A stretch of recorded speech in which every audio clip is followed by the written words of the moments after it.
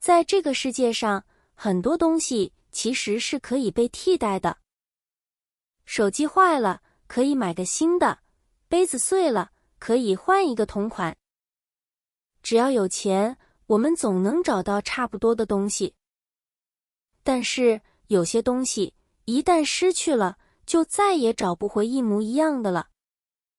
中文里有一个成语专门形容这种极其珍贵、无法复制的状态，叫独一无二。这个词的字面意思非常直白，独是独字，一是一个，无二就是没有第二个。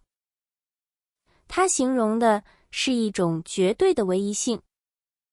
我们通常会在什么时候用它呢？也许是一件手工制作的礼物。它可能并不完美，甚至线条有一点歪，但因为它是亲手做的，世界上找不到第二个完全一样的，所以它是独一无二的。也许是一段特殊的记忆。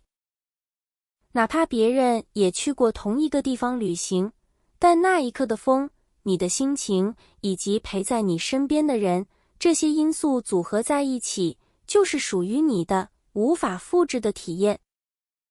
这个成语最迷人的地方在于，它切断了比较。当我们说一个东西好的时候，通常是因为它比别的东西更贵、更漂亮。但当我们说它是独一无二的时候，好坏已经不重要了。重要的是，它无法被替代。其实，我们每个人也是这样。在这个忙碌的世界里，我们不需要非要比别人优秀。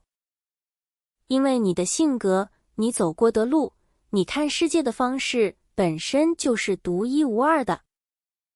下次，当你想要表达某个人或某件东西在你心里的特殊位置时，试着用这个词。